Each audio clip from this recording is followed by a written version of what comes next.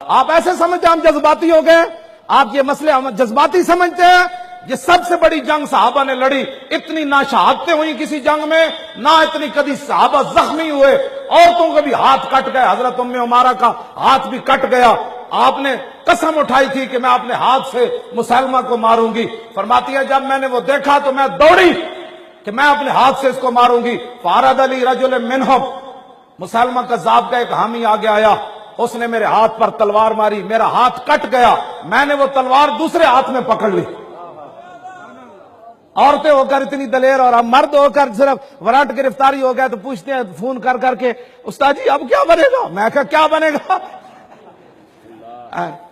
عورت ہو کہ ہاتھ کٹا تو دوسرے ہاتھ میں تلوار پکڑی اور پھر دوڑتی ہوئی گئی، فرمایا واللہ ما رجت علیہا، فرماتی ہیں اللہ کی قسم میرے ہاتھ کٹنے پر میں لڑکھڑائی بھی نہیں۔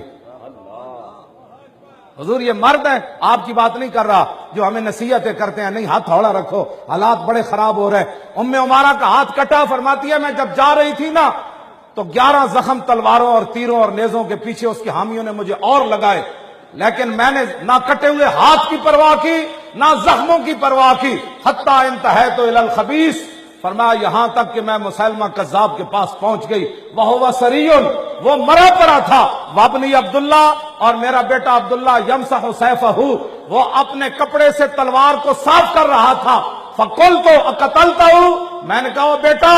اور منکر ختم نبوت کو قتل کر دیا؟ قال نعم یا امہ، فرماتی ہیں کہ میرا بیٹا کہنے لگا ہاں امی جی ہاں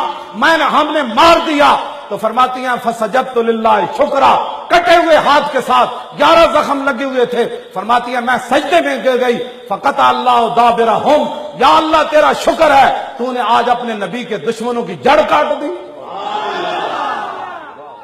جب یہ خبر پہنچی نا مدینہ پاک تو صدیق اکبر سجدے میں گر پڑے، ان کو پتا ہے جب دین آئے گا تو حکمران بھی پیرا دیں گے، جب پیرا دینے کے لیے فوج کو بھیجیں گے تو اس کی فتح سن کر سجدے میں گریں گے، یہ نہیں کہ پولیس کو کہیں گے ان پر شیلنگ کر دو، ان کو قتل کر دو، یہ ختم نبوت، ان کو ڈر یہ پڑ گیا ہے۔ اگلی بات میں سنا دوں، اگلی بات فرماتی ہیں صحابہ اتنے زخمی تھے کہ پرانے کپڑے جلا جلا کر کپڑے ختم ہو گئے تھے، صحابہ کے زخم ابھی ختم نہیں ہوئے۔